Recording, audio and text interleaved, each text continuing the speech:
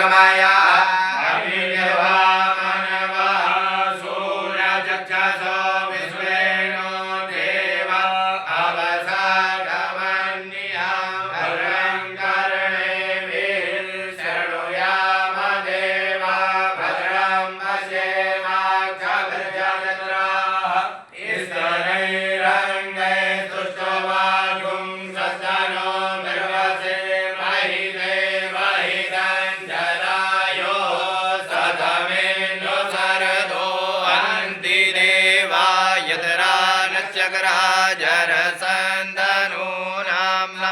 उदरासो यतरा विदरो भवन्ति मानो मध्यारीरिकदायुर्गन्तो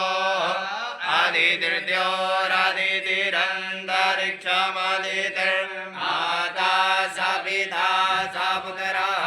विश्वेदेवा आदितिः पञ्चजना आदितिर्जातमदितिर्जनितवाम्मा यो शान्तिरन्तरिक्षगं शान्ति पृथ्वी